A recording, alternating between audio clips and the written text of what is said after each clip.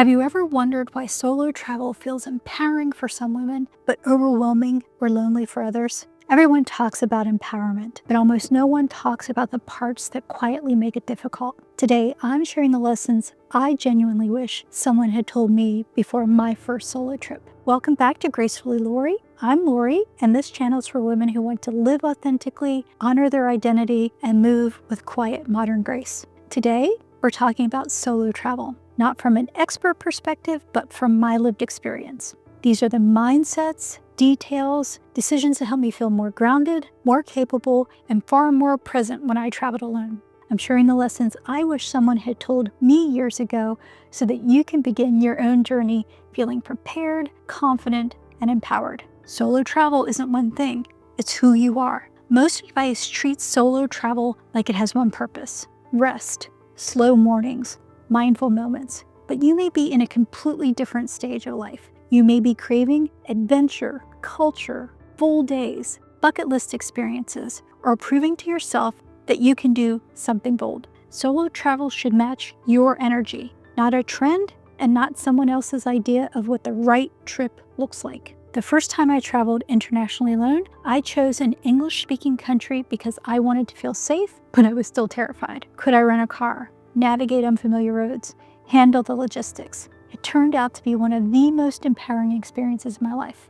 I didn't need rest at that point. I needed expansion, and that's exactly what that trip gave me. Before you plan anything, simply ask, what do I want this trip to give me? Do I want depth or do I want discovery? Do I want inspiration or accomplishment? Your answers shape everything that follows. Elegant solo travel begins with foundation planning. Planning isn't about rigid schedules. It's about giving yourself support so you can relax into the experience. This includes choosing a hotel in a neighborhood that matches the energy you want, knowing exactly how you're getting from the airport to your hotel, having a simple structure for the first 24 to 48 hours, picking activities that you feel comfortable to do alone, understanding whether the city is walkable, metro-friendly, or best with taxis. Why this matters. When you're alone, clarity feels like confidence, and confidence allows you to be present.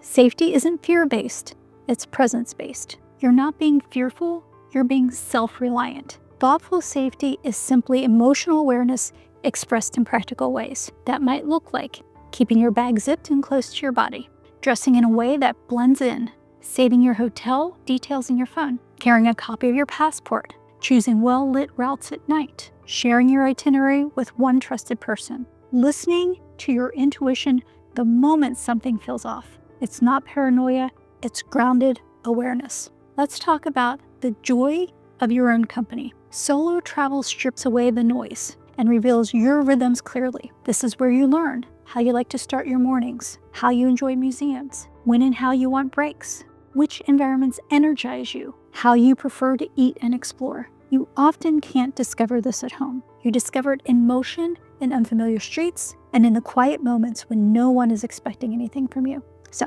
let's talk about expansion through connection. Solo travel isn't about being isolated. It's about being selectively open. One night, I sat alone in an Irish pub watching a sporting event I didn't understand.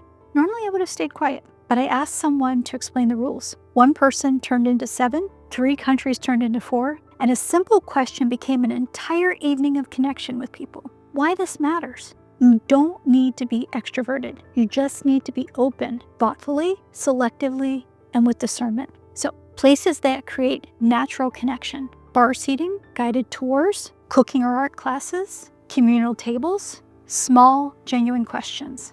These small openings often lead to the biggest memories. The unexpected is part of your journey. Something will go wrong. A train will be delayed, a reservation won't exist, you'll get lost. Google Maps will betray you. In the case of my first international trip, I got a flat tire in the middle of nowhere. But these moments build self-trust in a way nothing else does. You learn, I can figure things out. I can adapt. I can stay calm. This is the quiet power of solo travel. Not perfection, but capability. Solo travel becomes transformative when you combine your identity, your preferences, grounded planning, emotional awareness, selective openness, and the courage to trust yourself. You not only return with new memories, but with a deeper understanding of who you are and what you're capable of. The best solo trips aren't defined by what you see. They're defined by who you become. When you travel with intention, preparation, and openness, you come home with a stronger sense of self and a grounded confidence that stays with you long after the trip ends. This is Graceful Living in Motion. What's your biggest question or fear about solo travel? Or if you've already traveled alone, what's one lesson you wish you knew earlier? Please tell me in the comments. I love hearing your stories. If you want to explore solo travel, I've included a free workbook in the description. And if this inspired you to think differently about solo travel, subscribe for more conversations on living and traveling with quiet elegance. Until next time, my graceful friends.